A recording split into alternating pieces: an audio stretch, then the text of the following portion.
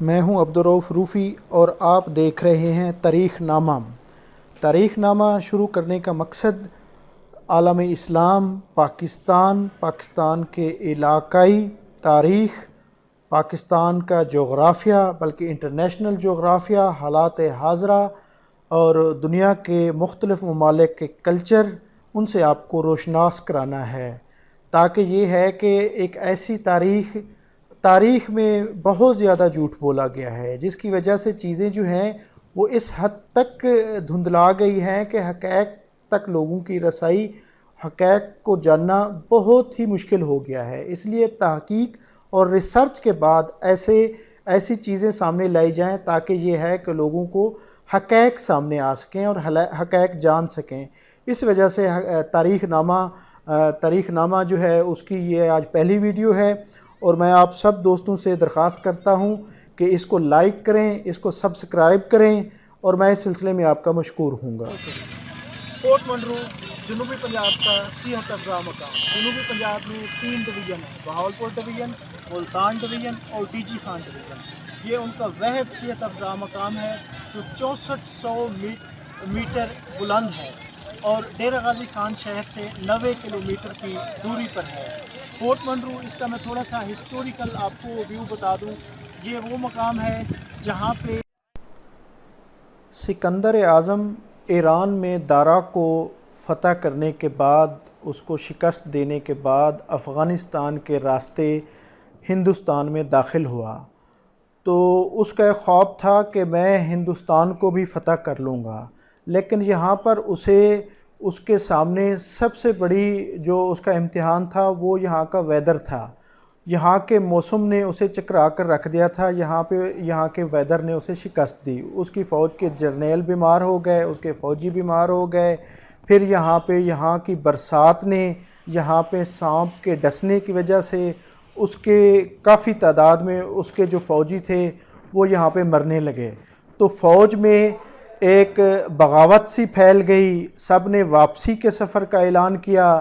تو فوج کو گروپس میں تقسیم کر کے واپس مقدونیہ میں جانے کے لیے یہاں سے جو ٹروپس تھے وہ بلوچستان کے راستے ملتان سے ہوتے ہوئے، ڈی جی خان سے ہوتے ہوئے، اور پھر یہ ہے کہ وادی کو سلیمان، فورٹ منرو کے دشوار گزار پہاڑوں سے ہوتے ہوئے وہ ایران کے راستے سے وہ مقدونیہ کی جانب گئے۔ تو انہوں نے راستے میں جو بھی قبائل ان کی رکاوٹ بنے یا پھر وہ اپنی خوراک کے لیے، پانی کے لیے، انہوں نے مقامی قبائل کو روندا، انہیں تخت و تاراج کیا، تو اس میں کو سلیمان کے علاقے بھی شامل تھے، یہ فورٹ منرو کا علاقہ بھی شامل تھا۔ سکندر اعظم کی آرمی یہاں سے گزری۔ اس کے بعد امیر تیمور، انہوں نے بھی کوہ سلیمان، خاص طور پہ ہندوستان کو فتح کرنے کے بعد وہ واپس اپنے آبائی علاقے گیا، اور پھر واپسی پہ جب وہ ایران کی طرف نکلا، ایران سے ہو کے وہ پھر اپنا آٹمن امپائر پہ جب وہ حملہ آور ہوا تو اس نے یہ بلوچستان کے راستے سے ہی یہیں سے وہ نکلا، اور فورٹ منرو کے علاقوں سے ہوتا ہوا یہاں کے مقامی قبائل کو اس نے تخت و تاراج کیا، اور یہیں کے دشوار گزار راستوں سے ہی اس کے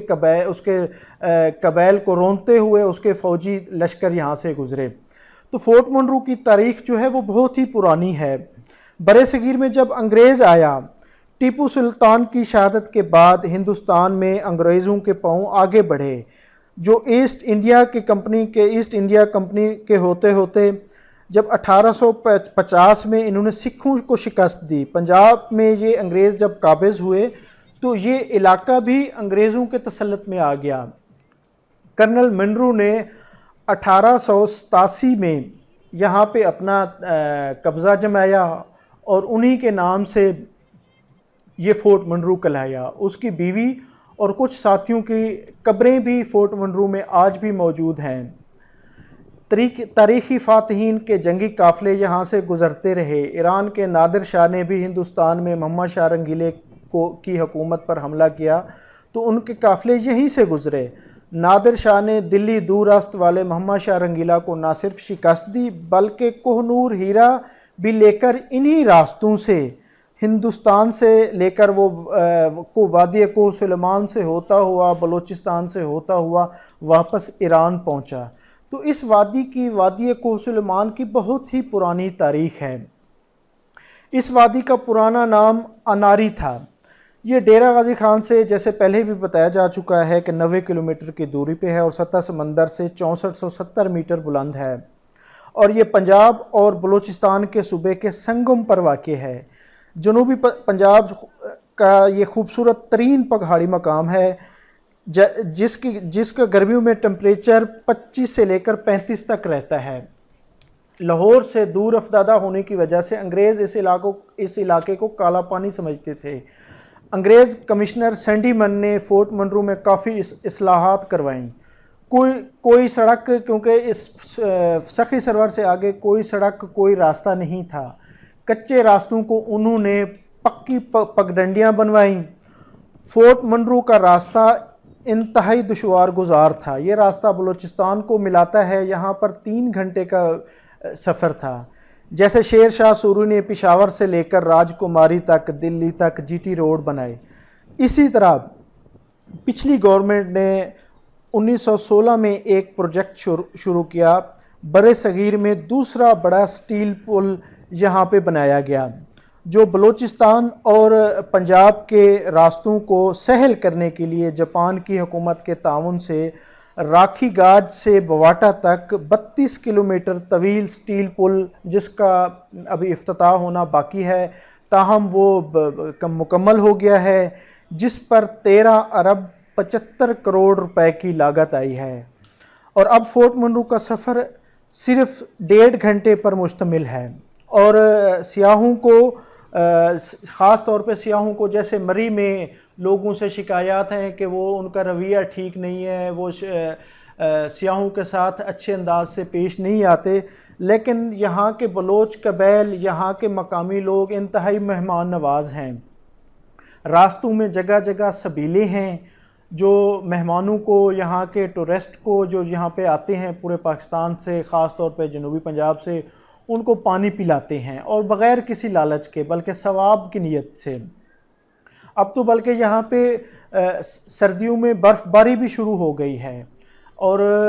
اس کو دیکھنے کے لیے پورے ملک سے جہاں قافلے آتے ہیں، تو اب اس فورٹ منرو کی جو اہمیت ہے وہ دن بہ دن بڑھتی جا رہی ہے۔ کمشنر لیا مسٹر منرو نے 1899 میں سخی سرور سے آگے ایک چھوٹی سڑک بنوائی، تاکہ یہ ہے کہ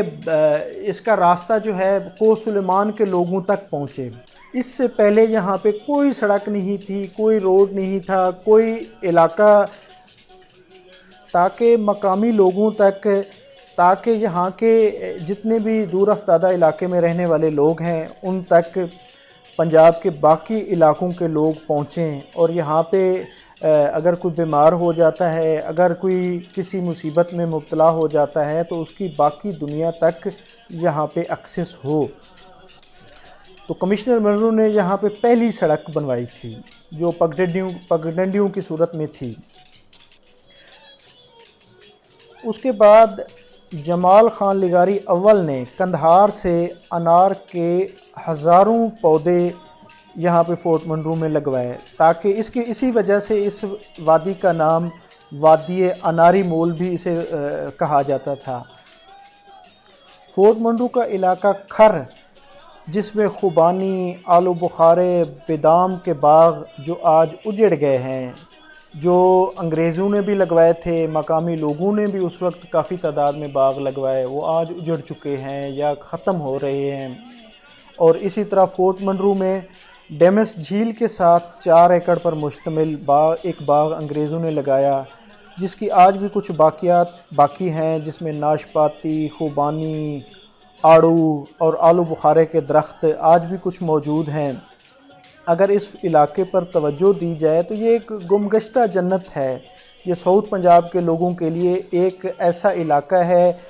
اور خاص طور پر میں تو اسے عجوبہ کہوں گا، کیونکہ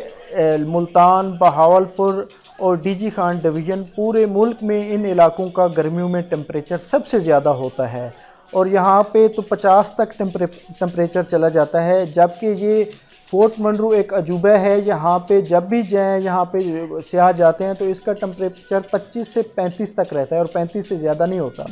تو جب ارد گرد خوفناک گرمی ہوتی ہے، جھلسا دینے والی آگ یعنی کہ آسمان سے برس رہی ہوتی ہے، تو اس وقت اس علاقے میں اتنی ٹھنڈک،